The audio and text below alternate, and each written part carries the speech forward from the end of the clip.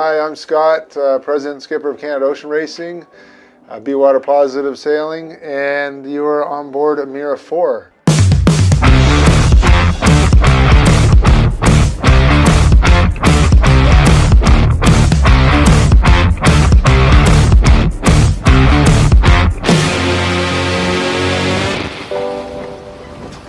We are in winter refit, so the boat is in a rather large shed right now and has been taken apart and is being put back together. Everything's being serviced, really making sure everything's in good working condition, making sure that we're replacing things that are worn, and we're also making some modifications. For example, I'm sitting on a prototype for a new seat for myself, and this is a prototype setup for the new display setup, and also refurbishing the boat in general. It is really important that everything gets put back into working order, and really with the mind of the Vendée 2028 as the eventual goal, to be the first Canadian to finish the Vendée Globe. We've had two Canadians try it. One was Jerry Roof in 1996, and unfortunately he was lost at sea and didn't come home.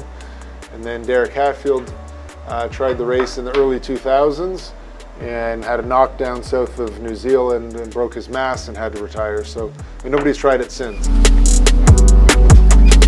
But every refit is an opportunity for me to learn the boat, for the team to learn the boat, and for us to know the condition of things. And really it all goes to building the confidence that we all have in how this boat works, and that this thing will take me around the world in 3 short years. The team's broken up into various different aspects. We all have one single buy-in, and the end buy-in is to protect the athlete. We're dealing with high-risk environment, crazy fast boats, and obviously this evolution in weather where storms are more frequent, etc. All of the focus is on reliability in the boat and safety in protecting Scott at sea, and in the overall vision of Scott, competing in the toughest, one of the toughest sporting endeavours in the world, but certainly the toughest offshore sailing endeavour in the world. Hi, my name's Josh Brown. I'm Technical Director at Canada Ocean Racing. So it takes the whole team to make these projects successful. There's a lot of different areas you need to cover, and you need to have specialists in all the areas. Hi, my name's Ollie Bond, and I've been servicing the deck here in this refit. We've taken all the blocks apart, all the winches apart, steering gear, all the bearing surfaces. If one thing breaks, it can lead to something else breaking, and damaging sails and losing time. Tired skipper, which loses even more time, and it comes to a downward spiral. So it's really important that the boat's in great shape before the start. It's a huge opportunity here to learn the boat, first of all, to see things taken apart, so that if things happen at sea, I can do it myself.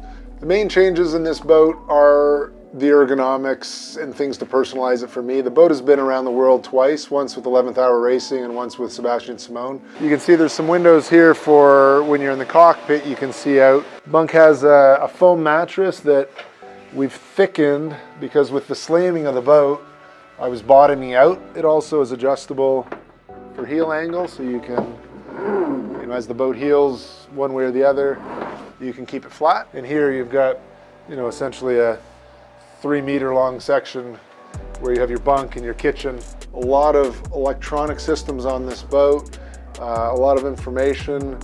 You've got computers for weather, we have computers for navigation, for the autopilot, for sensors on board. Everything on this boat is custom, right? There's nothing in terms of the carbon fiber on it that is a stock item. It's a development class, and so it's about building the boat that's going to go the fastest. The boat has to fit in a box. It can be 60 feet long, 20 feet wide, 100 feet high, 15 feet deep. Inside of that box, you can do there's a lot of room to do different things.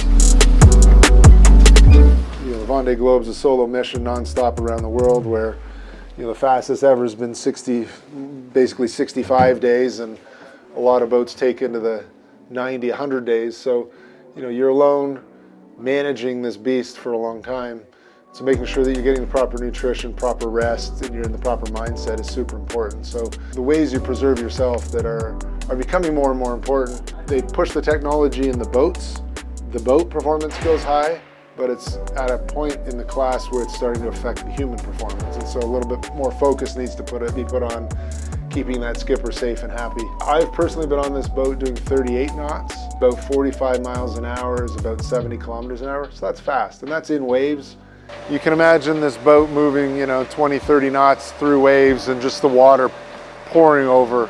But the learning curve is still super steep, and there's a lot to get done. So I'm not going to say nervous about it, but I'm keen to push through this year and get that learning underway. We'll launch the boat early April, do some shakedown sailing here, make sure everything's put together and working. And then we'll head to France to prepare the boat for crossing to Canada, where we're going for this summer.